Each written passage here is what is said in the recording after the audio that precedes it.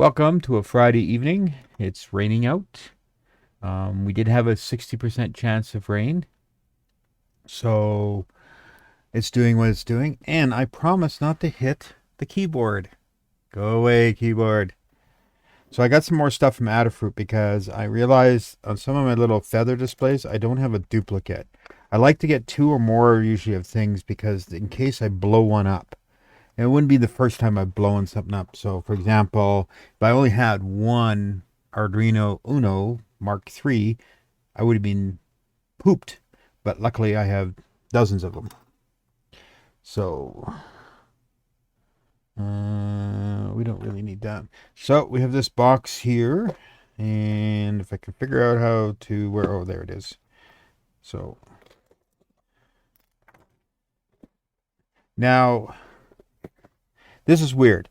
So, this shipment, I paid duty and stuff too, and I did it with Amazon Pay.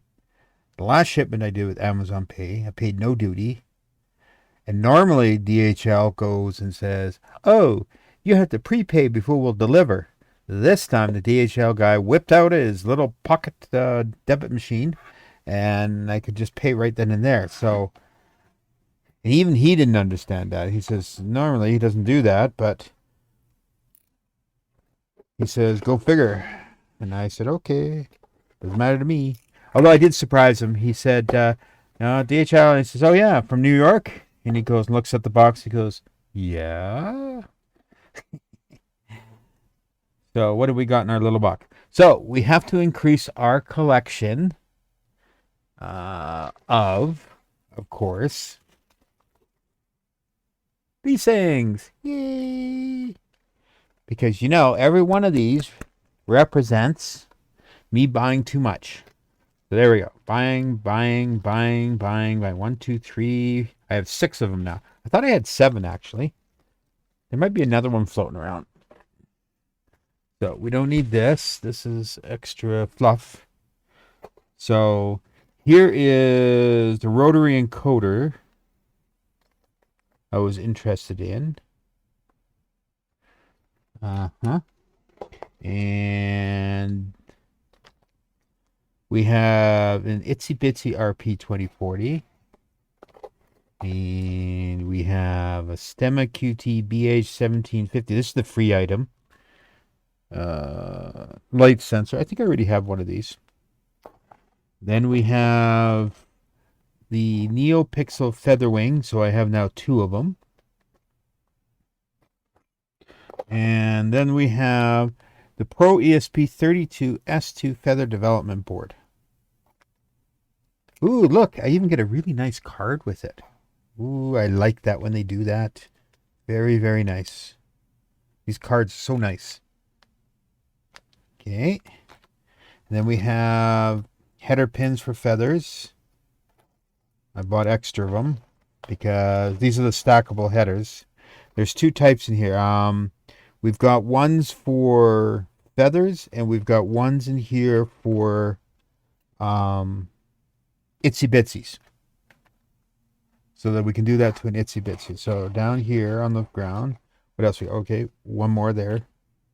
So then we got dot star feather wings. So now we have 2 of them.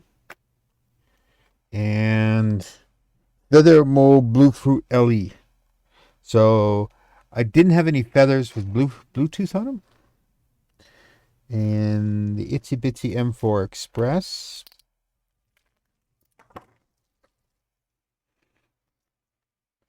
Like that. Adafruit Feather 32U4. This guy right here. So there it is. So instead of putting these headers on, I am going to put on the stackable headers on these guys. I think they're more useful than having the stack headers on it. So here is Mr. Blue Fruit. It's very similar to the other one here, this guy.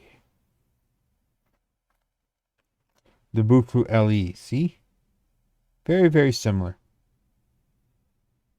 But I believe they're 2 different ones. Yeah, so this is Atmel, this one, and this is something else. So I will have some assembly to do, of course. And then last but least was the Metro M4 Wi-Fi.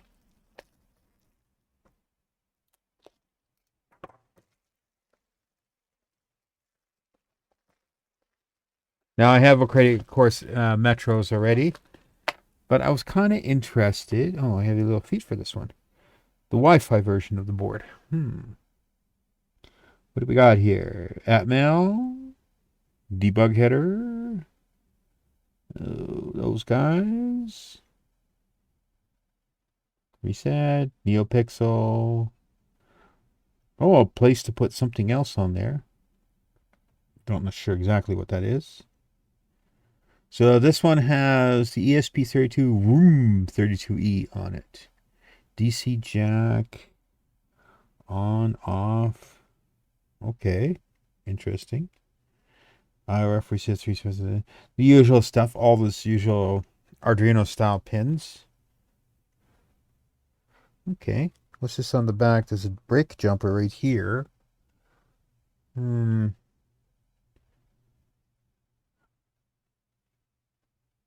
what it's for. Interesting. Doesn't really say. Now that is a really stacked resistor right there. Yeah, sorry for the blur. I don't have autofocus on. But that guy right there, it's a really tall resistor. And then there's another block there you can break. I wonder what it does. I'll have to look this up on the site. So there's one block there and there's one block there on the rear. Okay. So that's all my pots. Now I'm just going to leave them in this box for the moment because I'm going to do assembly tomorrow of all this stuff.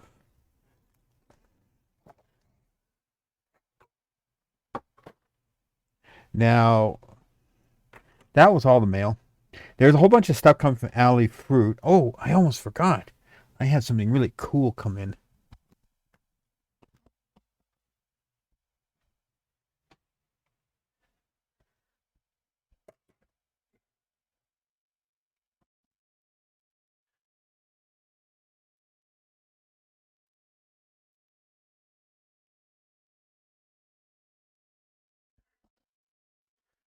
Bump the camera. Okay. What we have here is the RC6502 Apple One replica board. And I have most of the parts here. Some of them I have to order. So I have the CPU, but I don't have the 21. I do have the ROM, the RAM, the various 74 chips. I have them. I have a Nano. I have a 1 megahertz clock chip. Of course, 555 timers. I got them up the Zing Zang. And I have to get this. So I got those coming from AliExpress. I've got a button. Not sure exactly how this is supposed to work. USB power. I'm not sure if this is like represents the 2 pins up type idea. And I'm not sure how this power around one. I have to go look on their pictures of it again of it. And then on the back they write a whole bunch of stuff on here, telling you how to do certain things. So speed, data stop, parity flow control program, integer basic, Crusader assembler, the WAS monitor, static RAM, the EEPROM. So the Arduino is used to interface the keyboard and all that stuff to here. It's like the what do they call it? PIA? Yeah, something like PA or PIA controller. It acts like that. So a whole bunch of circuitry that was actually on the real Apple One, you won't need. But yeah, so as soon as I get the rest of the parts, I can build this. I was tempted to get the true big, tall Apple One replica board because you can get them. They're really, you can actually either buy the board already made or you can get the Gerber files. Gerber? Yeah, Gerber. And you could actually send them off to one of the fab plants and have the board made for you. Apparently, it's about $20 or whatever to have the board made. But I decided to go with this guy. I've seen this style before in a couple of different ways. And I got this on Tindy, the open source hardware slash whatever selling site. So this ought to be really, really, really cool to build.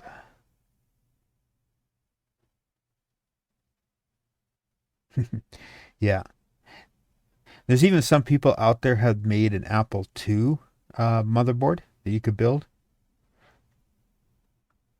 Now, this edge of pins right here, the idea is there's a back plane you can get, and you plug this into the back plane, and then off the back plane you can put other boards.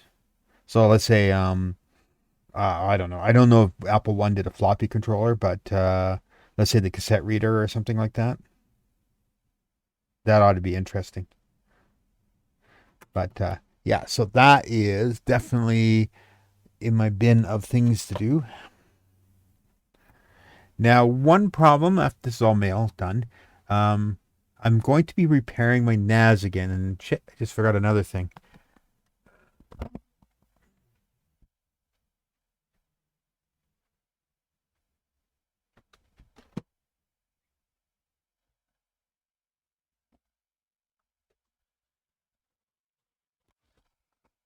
You'd think I'd be a little more prepared, but no, this is random channel crap. This is the way it works here, and I will not change. I'm old and stuck in my ways. So my problem is my NAS, this guy over here, is fan failed in it. So I replaced the fan, but the fan I used was too noisy.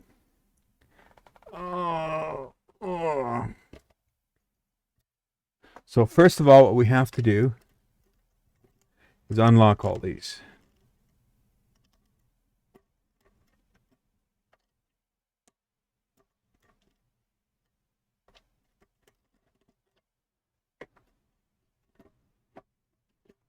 So tilt this way, and there's no drive bay per se. See, the drives are just loose, but I have all the drives marked. I know that number 5's at the bottom. This NAS is not a network NAS. This is a USB 3.1 NAS. So it plugs into one of my USB 3.1 ports on my main system. But it works really well. I have no negatives on it. Except for the fan, of course. Whoops. Apparently I didn't quite unlock the top one all the way. There we go.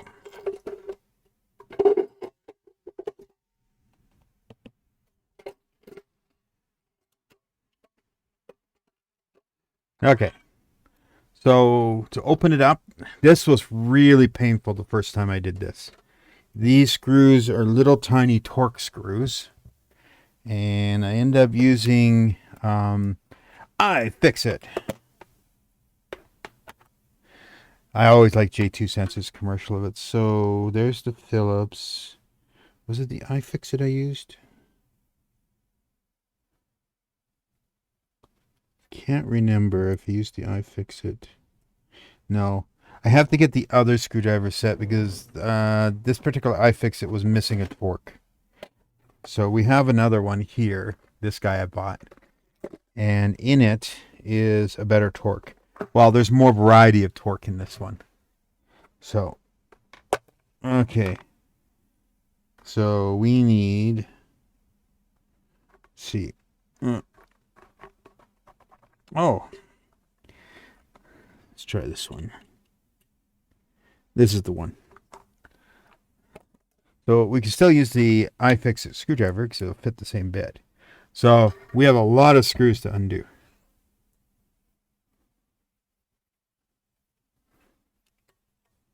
And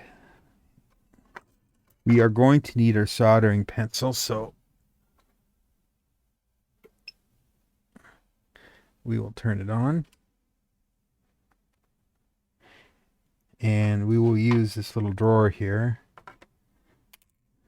to hold screws.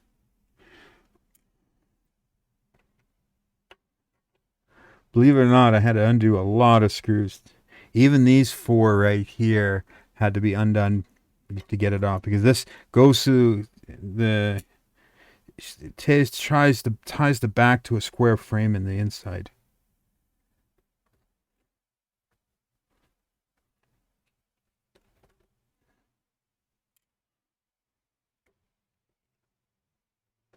But apparently, one of the screw holes, I can't remember which one, I think it was this one here, literally had, "Don't break the tape, warranty failure." It's like, screw you. I have to fix the fan. I'm not going to send the damn unit back just because the damn fan's broken. It's the whole point of fix it yourself stuff, right?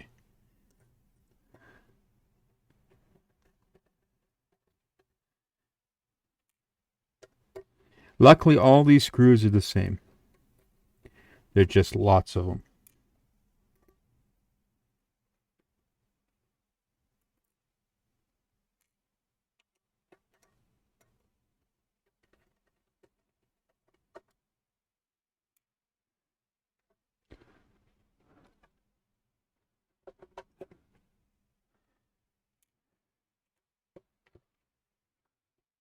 Now, these 2 screws here on the wall socket, don't have to move them.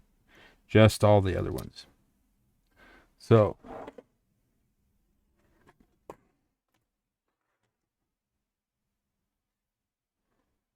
where's my pokey device? This is the problem. Getting this out. There we go. So there's our fan plugged into here.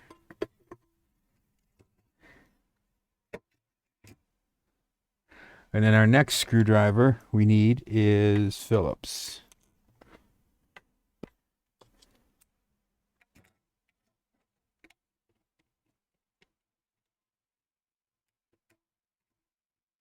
So I did put a nice Noctura, but this one is a real high performance one, so it makes a lot of noise. I'm going to put an ultra quiet one in now. Same 80 millimeter, same stuff, but just a lot smaller. A lot quieter. I mean, we're talking, I think, 11 dB or something. I'll look at the box in a sec.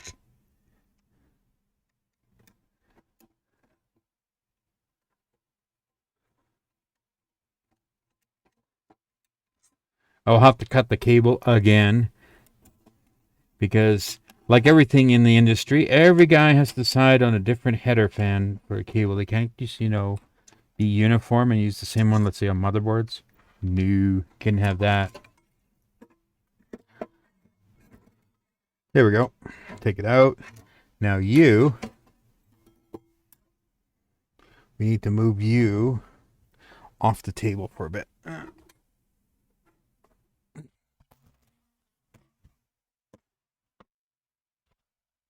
Lost the mic. Okay.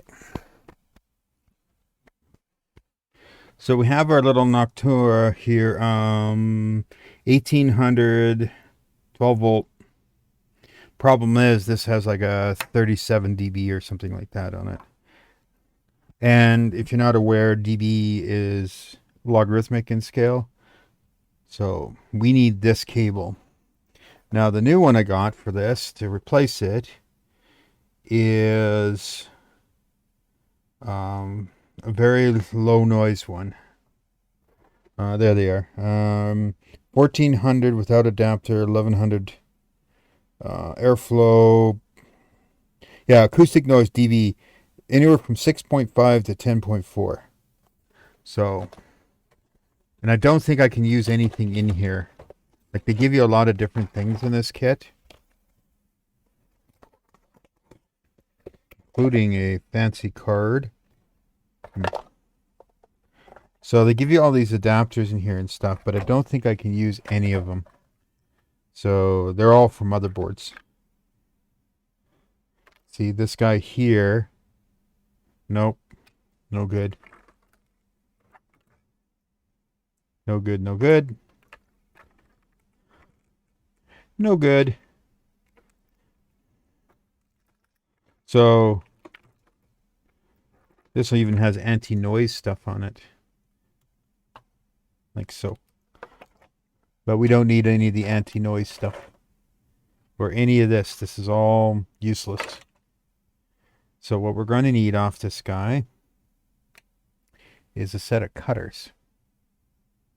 Tools. Where's my tools?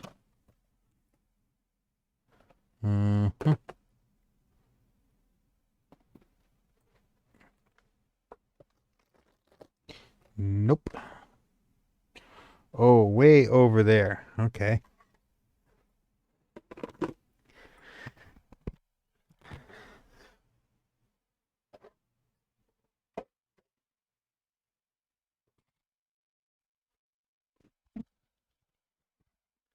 And put this back under the light because the cord hangs too much. Okay, tools. We need cutters, of course. There we go. So, yep. Goodbye. And we need our knife here.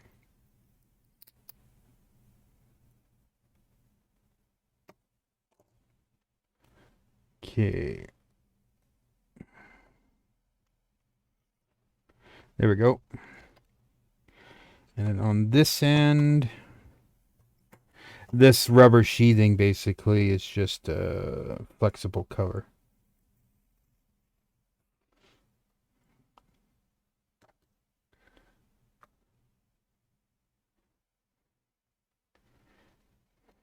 Let's see.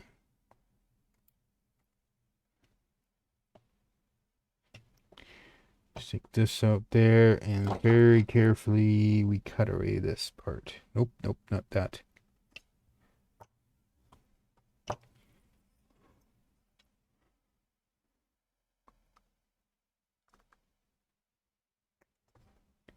Oops, we nicked the wire. Damn.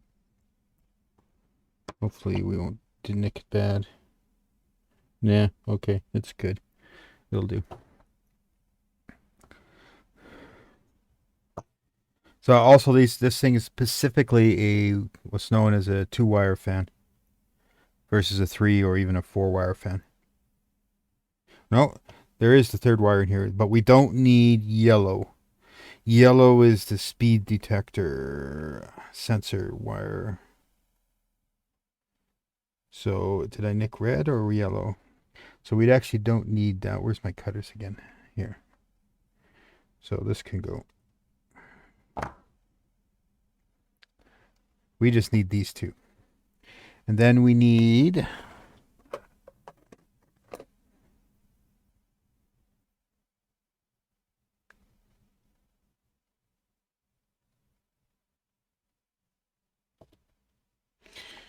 that stripped.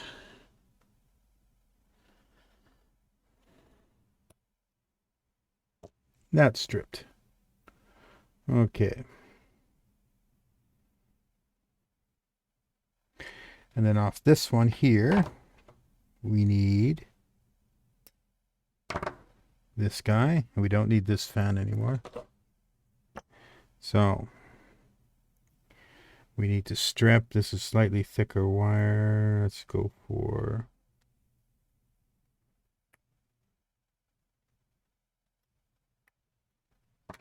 Okay. We're going to need some heat shrink tubing. So that is upstairs. Right here.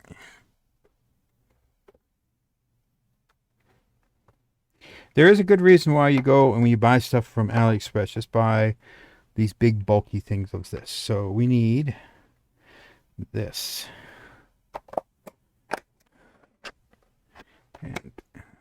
And let's just put this over here for a sec. We'll just split the heat thingy down. And I haven't actually tried the air gun on my new system yet. So we're going to try that out. So we drop a heatsink tubey down here. And we drop a heatsink tubey down here. Okay. So if we make little hooks in the wire here. Like so. And on this one, we make little hooks in the wire, like so. This one, like so. Then we grab black and we merge them together.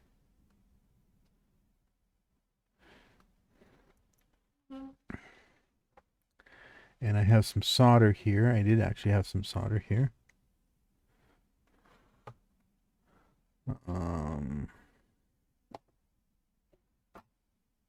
There it is.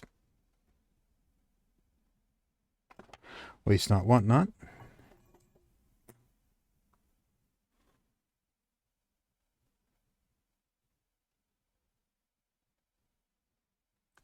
There we go, that's one. And then we do the red wire.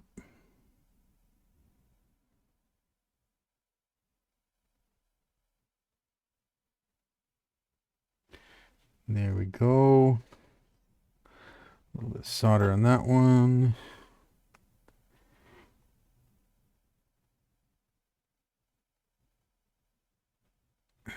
There we go. Bring the heat shrink. Now let's turn on our air gun on the other side.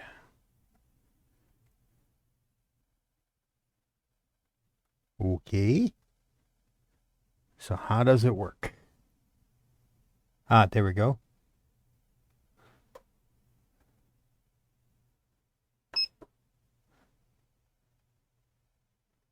There's our speed.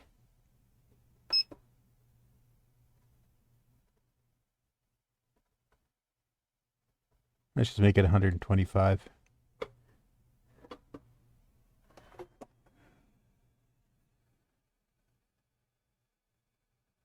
Hey, not bad.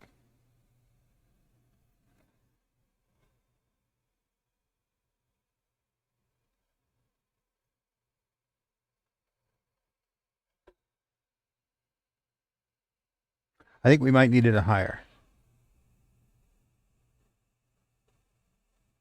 150. That's definitely warmer. Nope, still need it higher. 75.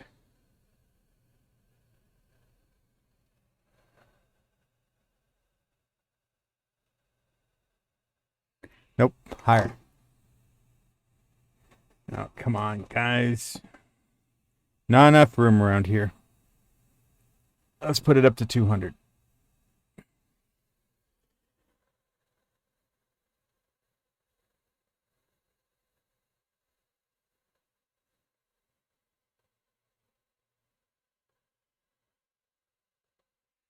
Nah, let's put it up to 250.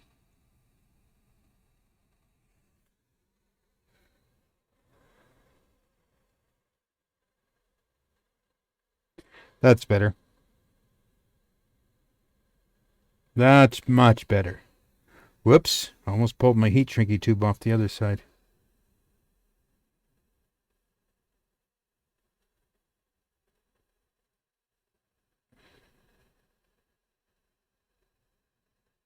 There we go.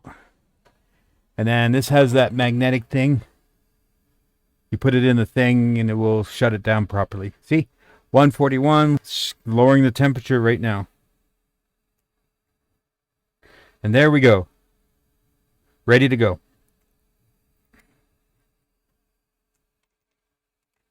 So we bring back the unit.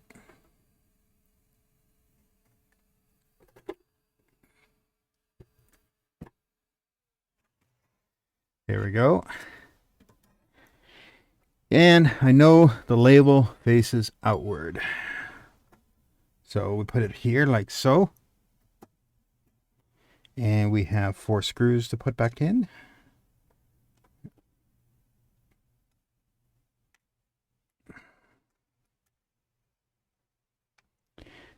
And here's another one. And another one over here. Just need to get it in the hole. There we go.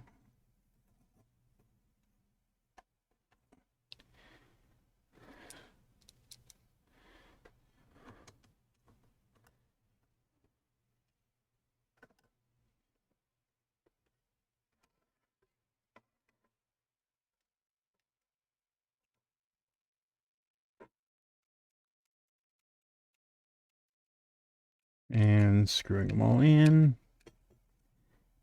Like so. Okay. Then we plug this guy back into the baseboard here.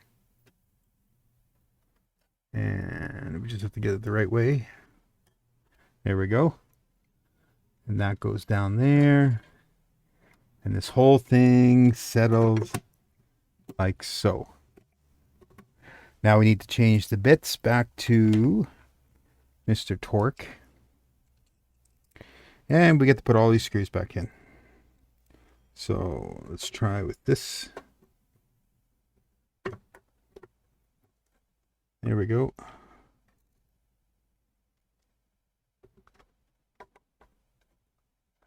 I'm not going to tighten them right down. These are kind of cone-shaped top screws, so what you don't want to do is actually tighten them down, because then you'll run into an issue where you'll be slightly out of alignment. So you just get them started, like so, and then we'll tighten down in a moment, once we have all of them threaded correctly.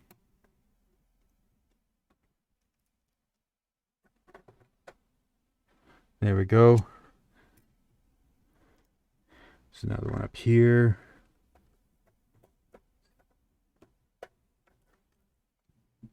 And another one down here. And two over here.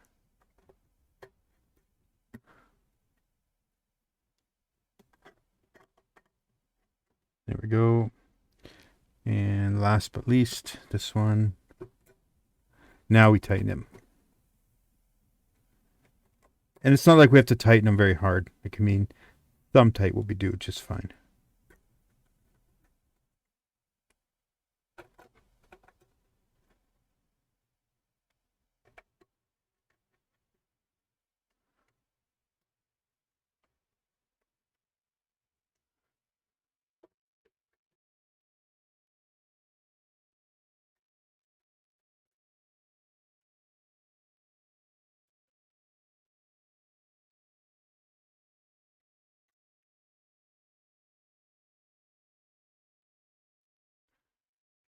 Go, one more to go.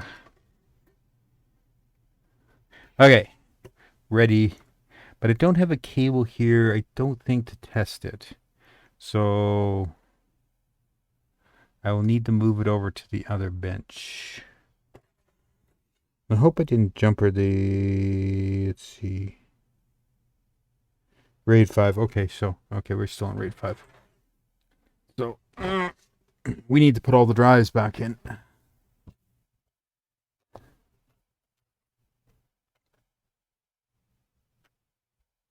Don't place this on the keyboard, William. We'll need the key.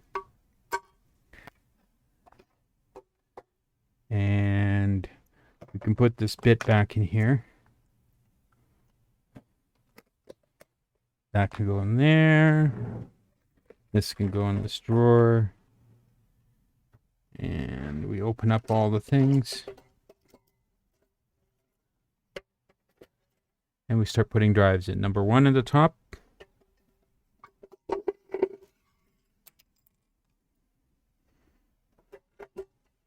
And I can turn off the air gun now. Don't need it.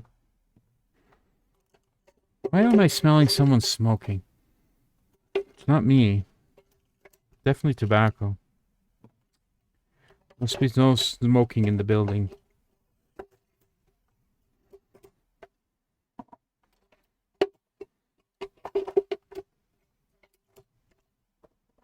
Last drive.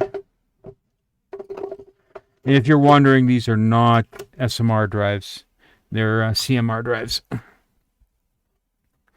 Oh. Now we lock it all. That just prevents the drawers from coming open.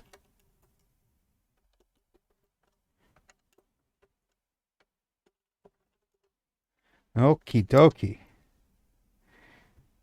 I think we're ready for a test drive, but I can't test it here. I have to put it back on the machine over there. So this will be it for this moment. I am going to do another one tomorrow where I do the assembly of the feather stuff and everything. Also, I encountered. I've got to figure out that MPY import quirk that's happening in Visual Studio Code in CircuitPython. Um, I'm wondering if it's has to do with every time the extension loads the latest version of the libs and stuff like that, that the stuff on these microcontroller boards don't match anymore. For some strange reason, they can't read it. I'm not 100% sure on this. Like, I mean, I got to fiddle with that. But for the moment, you can have a nice evening knowing that you saw a NAS repaired. Woo! Yes. Okay. I'm going to stop recording. Yeah, the usual crap. If you like it, click downstairs. If you want to subscribe, I still need like 18 more people before I can make a title. Right? Who knows?